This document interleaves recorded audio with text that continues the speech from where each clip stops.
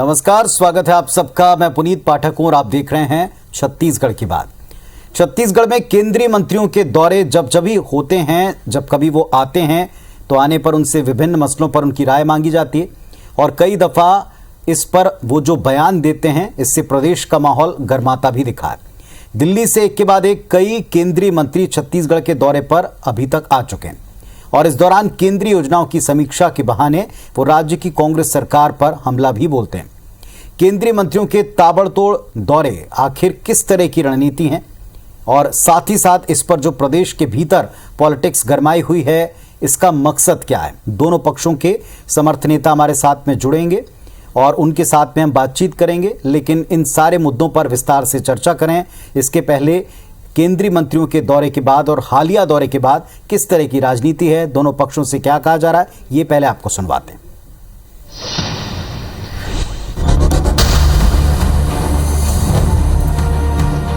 उन्होंने मुझे कहा था कि मैं ये काम कर रहा हूँ, गोबर खरीद रहा हूँ, गोठान बना रहा हूँ, लेकिन ये भ्रष्टाचार के भेंट चढ़। भारत सरकार के पैसे हैं, उसको अपना जैसे मन वैसे यूज कर रहे हैं। मनरेगा में पारदर्शिता की कमी।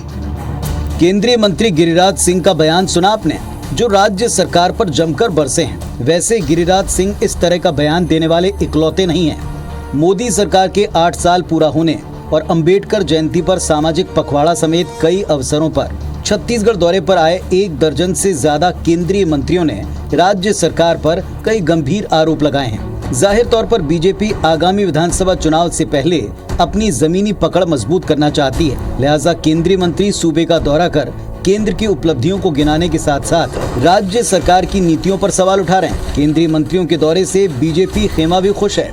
केंद्रीय मंत्रियों के दौरा से ये सरकार घबराई हुई है, क्योंकि जब यहाँ पर अपने विभाग की समीक्षा करते हैं कि हिंदुस्तान में छत्तीसगढ़ कहाँ पर है, पानी पिलाने की हमारी जो योजना है, और हमारे जब मंत्री आके समीक्षा किए तो पूरे देश में 30वां नंबर पर है। तो वो चाहते हैं कि समीक्षा मत करें, मंत्री आए पैसा दे समीक्षा न करे, तो ऐसे कैसे होंगे? और ये समीक्षा जब हो रही है तो सरकार विचलित हो रही है। दरअसल कांग्रेस शासित राज्यों में छत्तीसगढ़ सबसे मजबूत है। ऐसे में बीजेपी का प्रयास है कि केंद्रीय योजनाओं के क्रियान्वयन को लेकर राज्य सरकार पर दबाव बनाया जाए, लिहाजा केंद्रीय मंत्रियों के लगातार प्रदेश के दौरे हो रहे हैं। दूसरी ओर कांग्रेस सरकार भी अपने कामों को लेकर जनता के बीच पहुंच रही है। उसका दावा है कि 36 चुनावी वायदों में से 25 वायदे पूरे हो गए। कांग्रेसी ये भी बता रहे हैं कि 15 साल में बीजेपी सरकार ने आदिवासी, किसान और नौजवानों के लिए कुछ काम नहीं किया।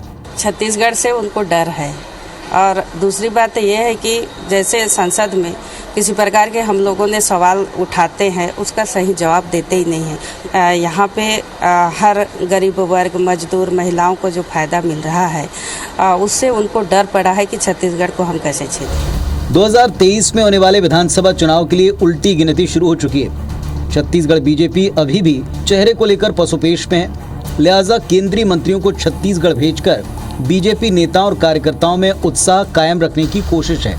कुल मिलाकर केंद्रीय मंत्रियों के लगातार दौरे ने सूबे में आरोप प्रत्यारोप की सियासत को एक बार फिर गरमा दिया है। सौरभ सिंह परिहार, IBC 24, रायपुर। तो जाहिर सी बात है कि जब कभी किसी भी योजना की समीक्षा की जाएगी तो इसके प्लस और माइनस पॉइंट, यानी कितना काम हुआ और कितना बचा है, जो लक्ष्य था उसमें कितना आप आगे बढ़ पाए और कितना बचा है, इन सारी बातों का जिक्र होता है। लेकिन दोनों तरफ से गंभीर आरोप हैं। एक तरफ से कहा जाता है कि मंत्री आते हैं, यहां आकर के केवल सियासी बयानबाजी करके माहौल गरमा के चले जाते हैं, प्रदेश को कुछ देते नहीं। भारतीय जनता पार्टी कहती है कि केंद्र की योजना, केंद्र के पैसे, लेकिन संचालन ढंग से नहीं होता और उस पर श्रेय की राजनीति होती। दोनों पक्षों के 2 समर्थ नेता हमारे साथ में जुड़ेंगे। इस वक्त संजय श्रीवास्तव जी बीजेपी की तरफ से जुड़ चुके हैं, स्टूडियो में मौजूद है। नमस्कार संजय जी, बहुत स्वागत है आपका। और कुछ ही देर में कांग्रेस पार्टी के जिम्मेदार प्रतिनिधि भी हमारे साथ में होंगे इस मंच पर। संजय जी से बातचीत की शुरुआत करते हैं। संजय जी, केंद्रीय मंत्रियों के जब कभी भी दौरे प्रदेश में हुए, अभी आप सुन रहे थे हमारी रिपोर्ट को, इसमें भी कहा गया, बार बार कहा गया कांग्रेस की तरफ से कि वो आते हैं प्रदेश को देकर कुछ नहीं जाते हैं, जब कभी आते हैं केवल सियासी बयान देकर चले जाते हैं।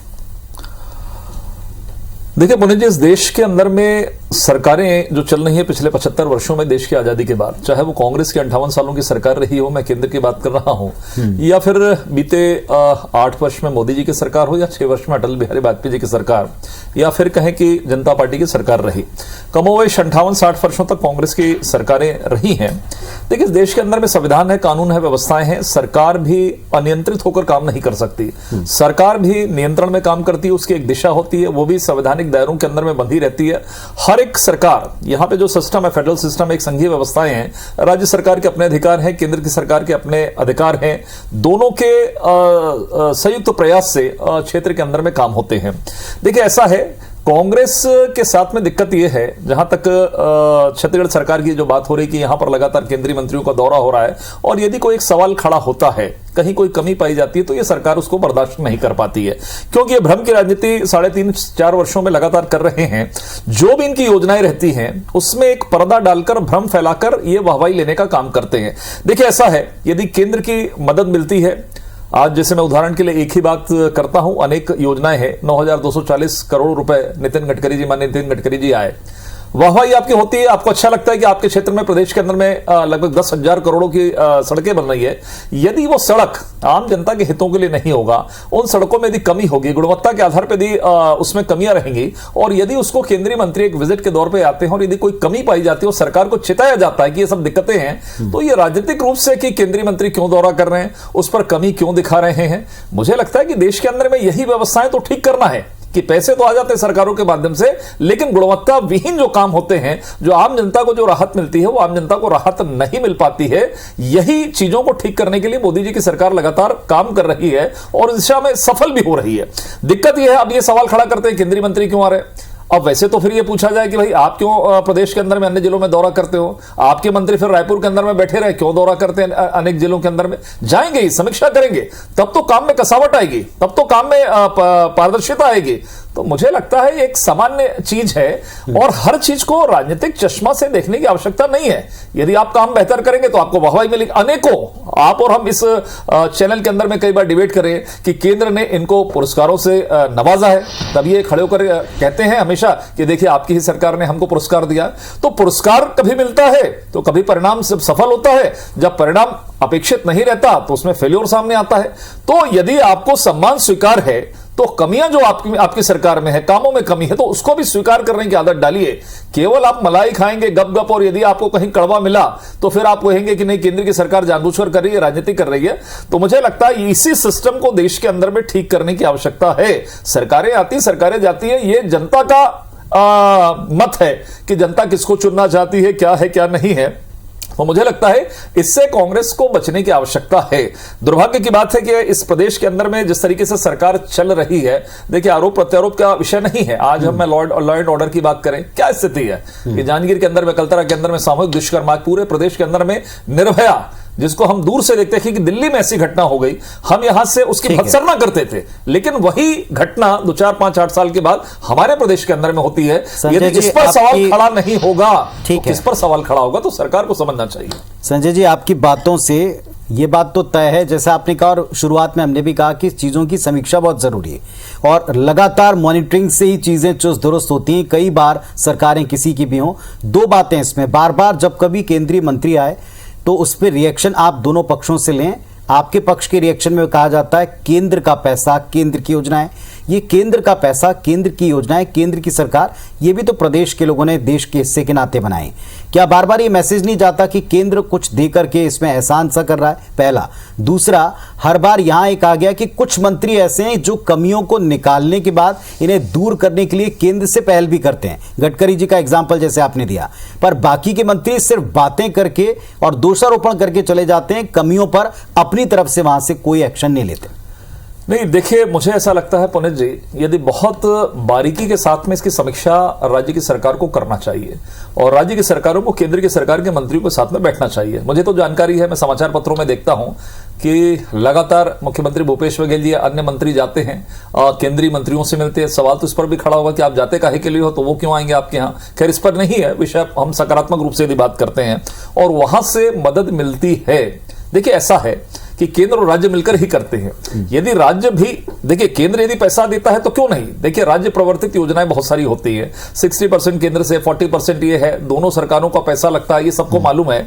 लेकिन आप हमेशा सवाल यदि खड़ा करेंगे, आप अपने अधिकारों की बात हमेशा करते हैं कि मेरे राज्य का पैसा, मेरा जीएसटी, मेरा ये, मेरा वो, ये सरकार पैसा नहीं दे, तो ये यदि आप खड़ा करेंगे और केंद्र की सरकार यदि मदद करती है, देखिए इसमें भी बहुत सारी चीजें होती है। राज्य हमारे यहाँ 30-32 राज्य है, राज्यों के अंदर में भी प्रोपोर्शन में कैसा, किसी को ज्यादा हो जाता है, किसी को कम हो जाता है, किसी को बहुत ज्यादा हो जाता है, ये सब चीजें हैं आवश्यकता अनुसार। तो मुझे लगता है कि जब ये सब चीजें जाती हैं तो राज्य सरकारों को भी समझना चाहिए, और इतना अधिकार से नहीं, आखिर टैक्स कलेक्शन जो होते हैं, रेवेन्यूज आते हैं, वही रेवेन्यू बंटवारा होता है, डेवलपमेंट में जाता है, सभी राज्यों को उसके अंश मिलते हैं।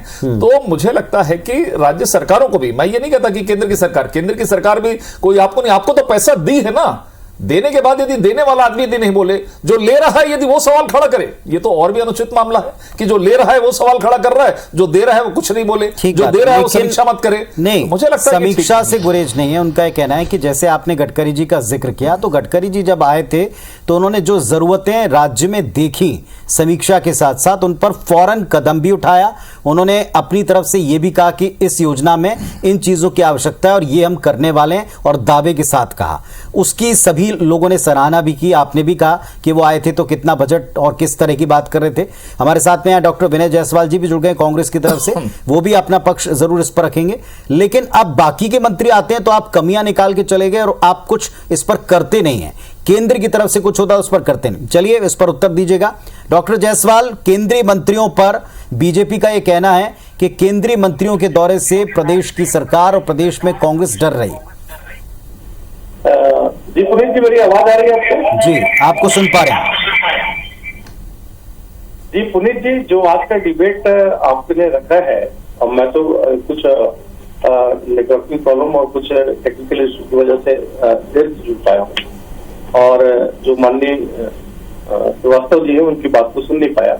लेकिन जो आज का जो विषय है कि ये बार बार जो केंद्र सरकार से जो केंद्रीय मंत्री आ रहे हैं, भारतीय जनता पार्टी के मंत्री आ रहे हैं और इस बात का बखान कर रहे हैं कि छत्तीसगढ़ की जो सरकार है वो केंद्र के अनुदान से चल रही है, ये बड़ा ही हास्यास्पद बात है पुनीत जी।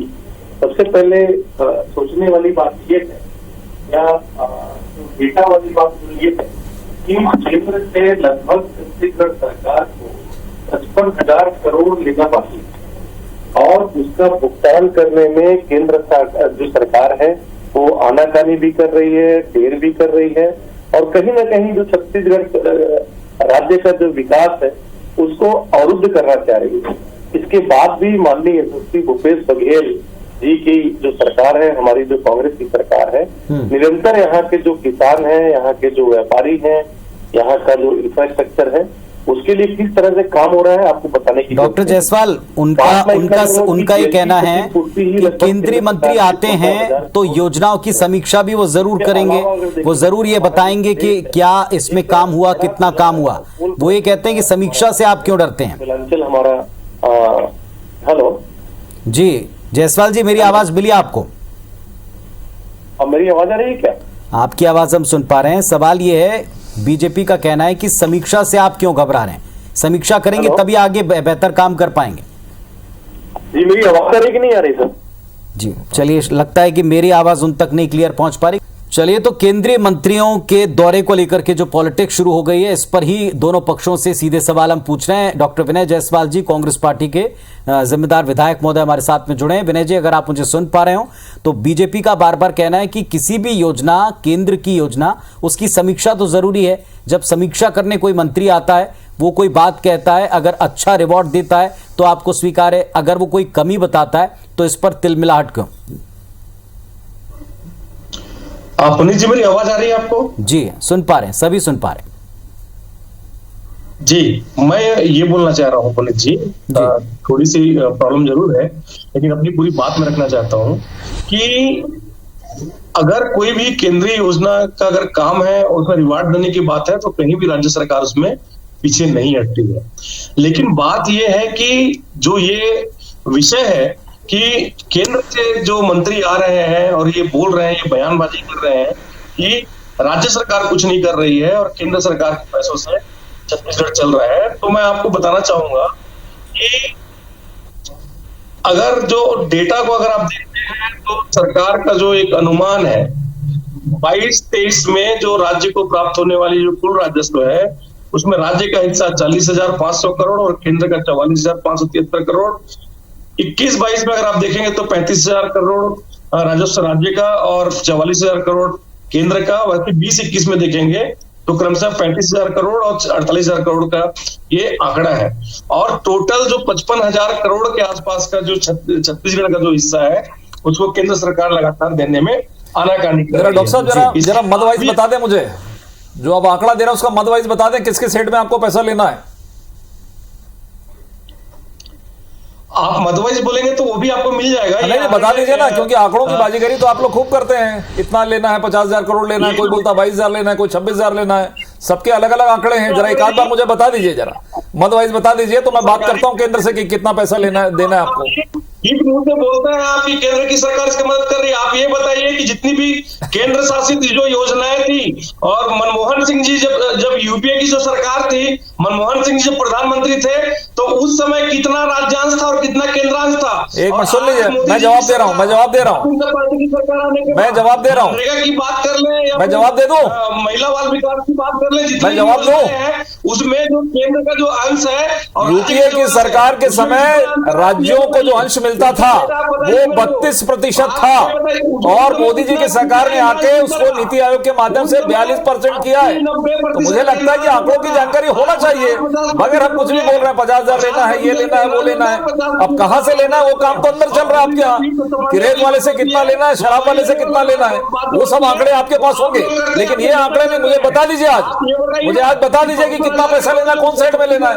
अब जनरल बात कर रहे हैं, ये लेना है, वो लेना है, ये लेना है। 32 से 42% राज्यों की राशि किसने बढ़ाया? हमारी सरकार ने बढ़ाया, क्योंकि राज्यों को पैसा चाहिए। और आप स्वयं आपने 3 साल का बता दिया कि आपके राज्यांश कम है और केंद्र के ज्यादा है, आपने स्वयं स्वीकार किया है। कहीं 48 हमारा तो आपका 32,000 करोड़ है, तो ये तो स्थिति है आपकी। तो मुझे लगता है देखिए वो भी 60-70 हजार करोड़ का कर्जा लेकर आप बैठे हैं। ये भी नहीं है कि आप कहीं से उसको पैसे को निकाल रहे हैं या पैसे का कहीं राज्य को मजबूत कर रहे हैं। 350 करोड़ लंबित है जो केंद्र सरकार से मिल रहा है राज्य सरकार। चलिए ठीक है, बताइए मुझे, बताइए। सीआरपीएफ मुझे लगता है क्या भ्रष्टाचार करने के लिए पैसे दिए गए क्या आप लोगों को? केंद्र की सरकार के पैसे का दुरुपयोग 10,000 करोड़ तो हमने सड़क में दे दिया आपको।